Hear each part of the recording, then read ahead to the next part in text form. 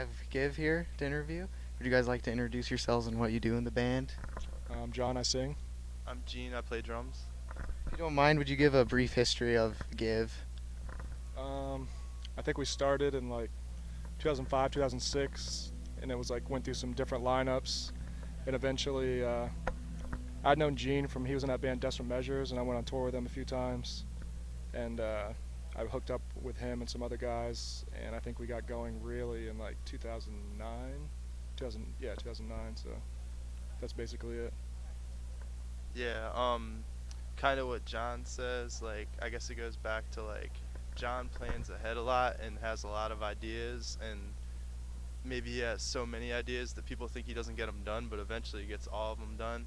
And one of them was the band, and I think the idea was hatched in like 2002 or something about our current appearance and bumming people out and verbal assault. I think those are the main elements of the conversation, which obviously we don't really sound like verbal assault, but that was just kind of like the realm of more rockoid hardcore and not caring about like what people think and maybe trying to change the youth crew aesthetic in a certain way because it's both like what we were into. But and I think the timeline's off a little. I think we started being serious in 2008, but I'm not sure and I have no idea. but I seem to have read 2008. 2008. Yeah, I read it somewhere recently, and that's the only reason I know. Otherwise, I'd probably be like, End of 2008. yeah, end of 2008. So there you go. Yeah, that's the history, I guess. Why'd you guys decide to release the most recent LP on your self-titled Moonflower Records? Um, just like the amount of money that we spent on the record, I don't think any other label would like offer to pay for it or be stupid enough to pay for it. And we kind of just wanted control of it ourselves, like make sure we like released it when we wanted to, all the artwork. I don't know, just because we're so particular about every aspect of the band, kind of. At least I am. I don't know if Gene is maybe in his own way, but we just want to control basically. Yeah, I mean, I guess I can add that like it's just in like the modern era, it's hard to find a label that we necessarily want to be a part of. That's not to say that like we dislike labels because we did records on like a million labels and we'll probably do a million more and a bunch of others. But for the LP, it was something for us that we put so much into, and it was so personal that we wanted to like every label that was like bigger, it didn't seem right. There were too many elements involved where it was like we'd be promoted in some sort of way or there'd be some sort of product attached to us that we didn't feel comfortable having, or like even like for us, like if there was a sticker that said for fans of something on the record, it would make all of us so like disappointed or bummed or embarrassed that we wouldn't want to have it. So like instead of being part of like the big machine or whatever, we just put it out ourselves because everyone uses the internet. So like if people want to find us, they find us. But you know, we probably sold less records because of it, but it's the exact record that we wanted to make. So that's about it. You guys tried releasing it with Discord Records. Would you like to coin in on that and about that? Yeah, I mean that's kind of like for me, like Rev and especially Discord are kind of like just from my youth labels that inspired me, influenced me, like, and I'm a big like fanboy nerd about that type of shit. So I was like, if I could have a record on Discord, like that'd be pretty cool. And like I've talked with Ian a few times, and he just wasn't into it. I don't know what reasons. I mean, I can speculate all day, but at the end of the day, he just wasn't into it, and so we ended up doing it ourselves. I think in my head at least, I was like, if Discord would do it, like that would be cool. But if not, we're just gonna do it ourselves, and that's what ended up happening. So. You get involved with Advanced Perspective, Marco Gonzalez label. Um, Marco, I think I'd seen his videos on YouTube like for a year or so or a few months before I met him. Like we were in California on the West Coast almost a year ago in January of 2015, and he came up to me at a show and was just like, "Hey, I've been filming some of your sets. I was curious if you'd want to do like a VHS of like the tour and whatnot, and like do interviews and like splice in other stuff with the sets." And I was like, "Yeah, sure." And then I kind of just like have started talking to him after that, and I like text with him pretty often now, and it's just he's into a lot of the same stuff that I'm into. He's younger, he's like real passionate, and he's creative. He's just like a cool younger kid that inspires me, and I don't know. Advanced Perspective is cool. Like it's not exactly what I would do if I did something, but um, everyone's different, and like unique qualities are what makes stuff cool. And I don't know. I like Marco. I like Advanced Perspective. So does Flowerhead mean to you?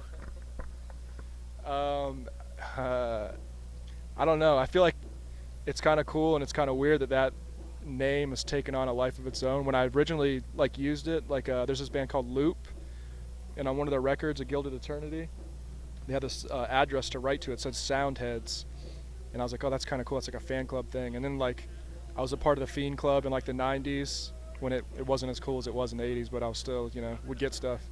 And like Deadheads from the Grateful Dead, and just like that White Zombie song, Electric Head. It all kind of seemed like a cool aesthetic that those bands had used to like describe fans or just describe people that were into the band or just like describe something. Maybe I'm off base on what they like their intentions were, but so I named the song Flowerhead, and it kind of just like became this thing.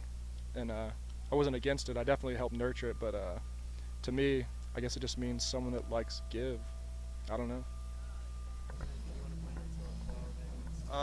Yeah, I didn't really know. I mean, he wrote the song, and I think like I was aware of the lyrics, and probably in the studio, you know, everyone gives pointers, so we read it. But it was just a song, and then people started latching on to the like label, and that was cool. And then John made the little club thing, because John loves like creating cool things. Like John likes like just a little drawing or like a sticker. Like if you show him a sticker he's never seen of some band, he'll just be like, yo, like I want to come over and look at that record because I want to like see this like sticker from 1987 that's like a little different than the other sticker. And I like ephemera and all kinds of stuff too, but John like is on another level with it. So I think just our way, and I mean it's totally done in the way that we do everything, where like John printed a bunch of t-shirts and mailed them to people for free, and that like took a ton of money. And like I think other people would be like strategic about it and find a way to like make it like make sense, but it like literally made no sense. And that's why it's cool, because like it was just like people got a free t-shirt in the mail, and it probably cost John like $800, and he probably had like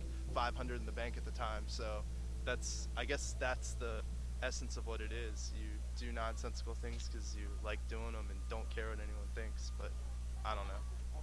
Also, I forgot the song and the lyrics too were kind of just like in my mind describing someone that's like overtaken with an idea or just like so much energy that they can't like sleep. They gotta like just do this like thing that they're passionate about. But and also the fan club thing was obviously to piggyback on what I was saying about those other bands did. It was just like I thought it'd be a cool way to like expand the aesthetic of the band.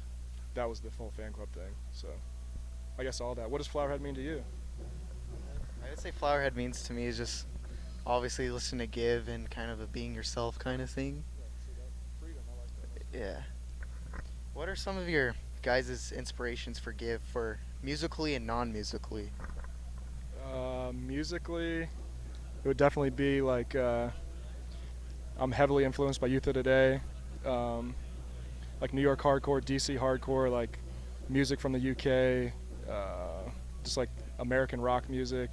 I don't know, just tons of stuff. It'd be hard to like pinpoint. That's like Youth Crew hardcore, straight edge hardcore is like a big inspiration to me, always will be. Like I was telling you earlier, like the singer of Insight said he was coming to a give show, and I'm like 33, and that's like gives me butterflies. You know what I mean? But other than that, just like pop culture shit, like toys, comics, cartoons, movies, TV shows, like all that stuff. Just and then other than that, just like the ethics of punk, you know, put all that together and it comes out somehow. I don't know.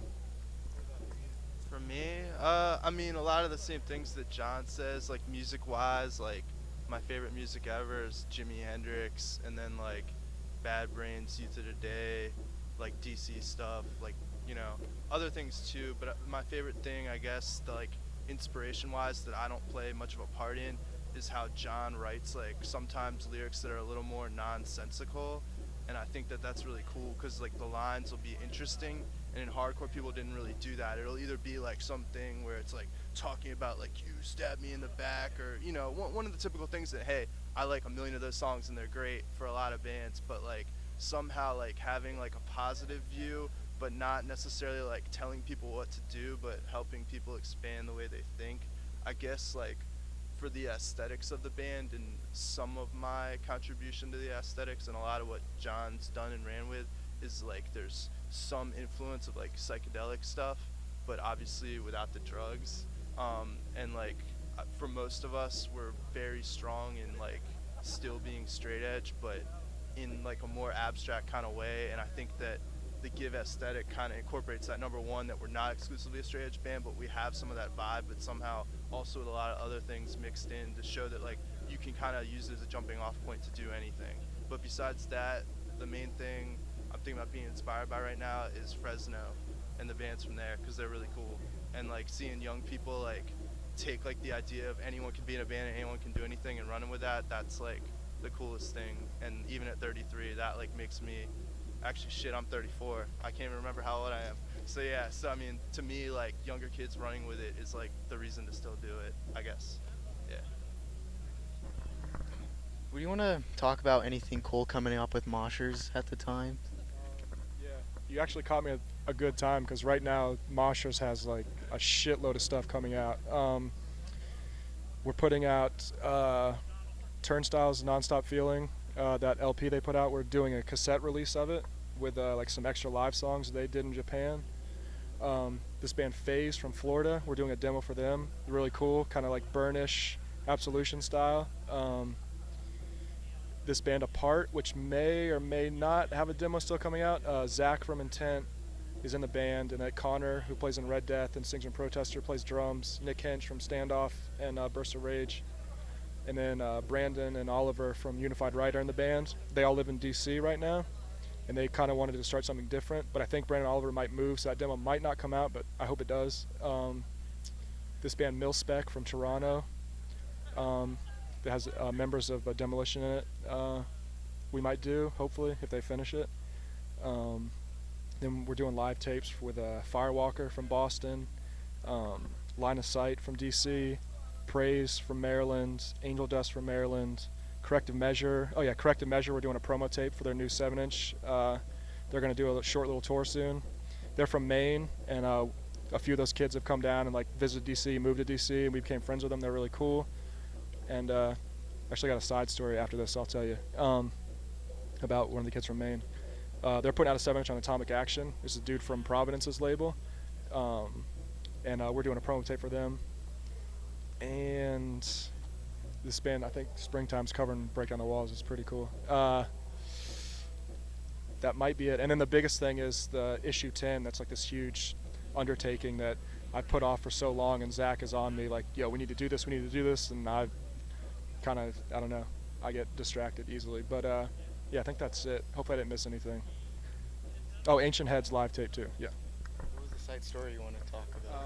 There's a kid from Maine named Zechariah, and he was on tour with Cruel Hand, and they played Vegas, I think, like a few months ago.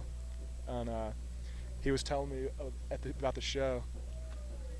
John Glue. He was telling me about the show. I guess it was at some place, a different place, like a bar, kind of rock club, and there's a lot of fights. And he was asking people that he met if they were going to the Give show coming up, and he said that like he talked to some girl, and the girl was like, ew, no. And he's like, oh, why not? She's like, man, those guys are weird. And he's like, oh, really? Have you talked to them or met them? He's like, no, but just the way they act and the way they look is so weird. Which was kind of, I don't know, that was cool. Yeah. What are some of like your guys' favorite current bands that really influence you guys to keep doing what you're doing? More so than specific bands, like three bands that I love right now: Omegas, No Tolerance, Turnstile. But more than like bands is just kind of like the enthusiasm. I feel like hardcore right now has a lot of energy and enthusiasm, especially in DC. It's just like kids are so focused on doing like cool things. Like what Gene was saying, like in Fresno, like if you would ask me if there's a scene in Fresno like 2 years ago, like I don't think there's anything there. But there's like those kids like Ishmael and like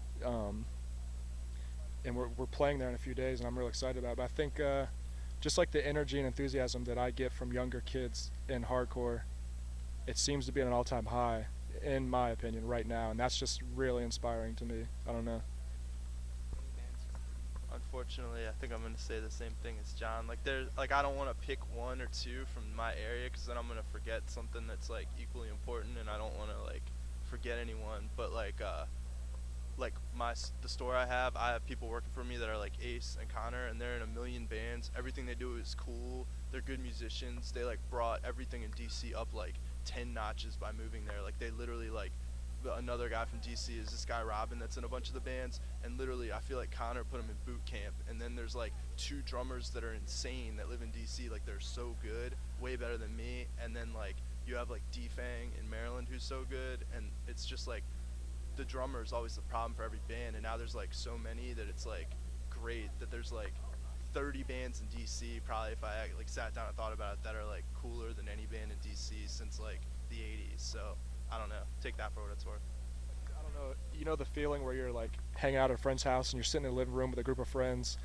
We should do a band that sounds like this, or like, yo, I really like the Born Against demo this week. Like, let's do a band that sounds like this. I feel like those kids just hang out, get an idea, and then create it, and it's always good. And it's like there's so many bands in DC. It's crazy.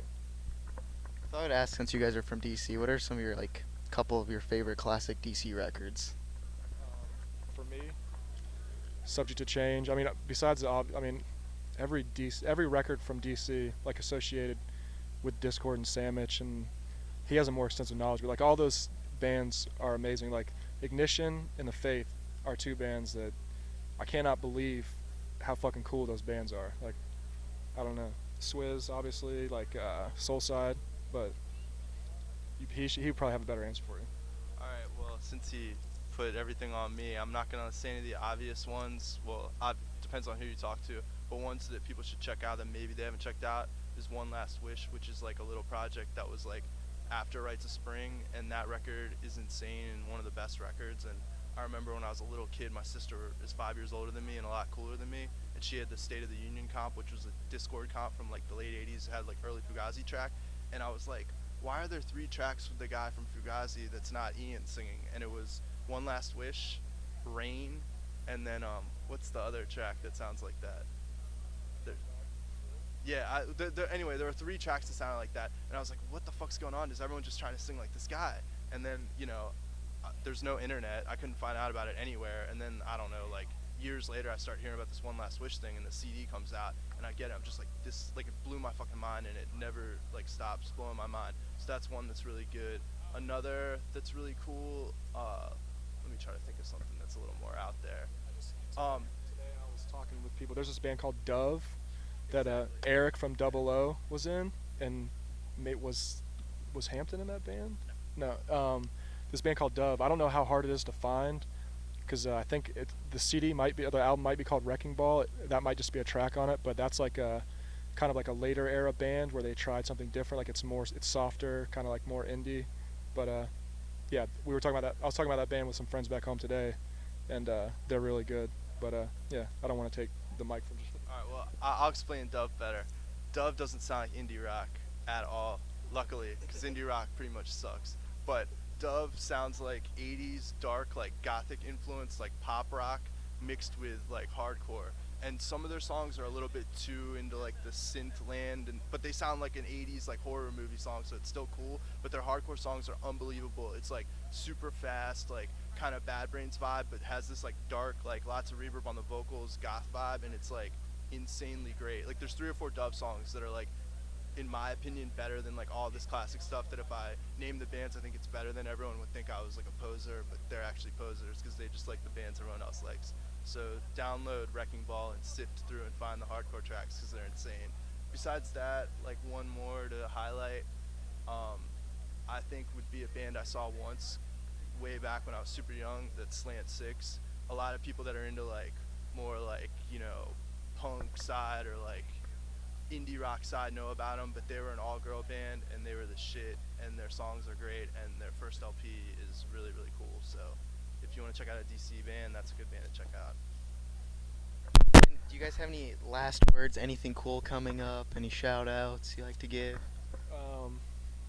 Yeah, I want to shout out our friend John Glue, who you might have saw earlier. He's been a friend of ours for a while.